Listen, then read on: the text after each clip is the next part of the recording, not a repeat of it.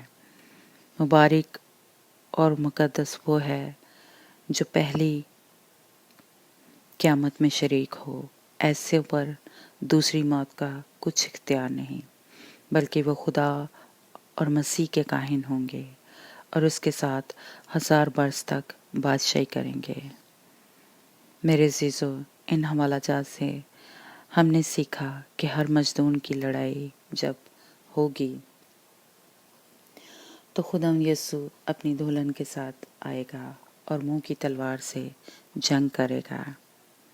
اسی کو مسیح یسوع کی دوسری آمد کہتے ہیں، جس کو ہر ایک آنکھ دیکھے گی۔ ہاللیلویہ!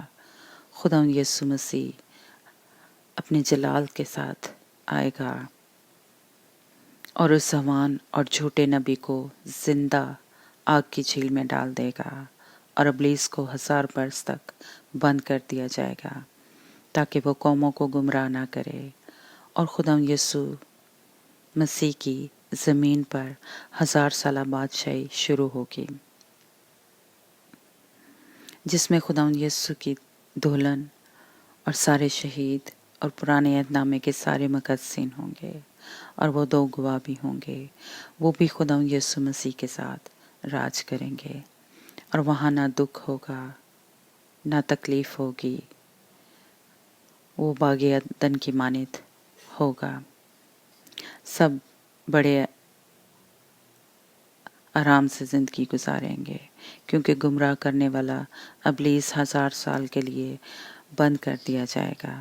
زمین اپنا حاصل دے گی، اور زمین پر صلح اور سلامتی ہوگی، اور خدا یسوع مسیح یروشلم میں ہیکل میں اپنے تخت پر بیٹھے گا اور ساری دنیا پر راج کرے گا، اور مقدسین بھی راج کریں گے۔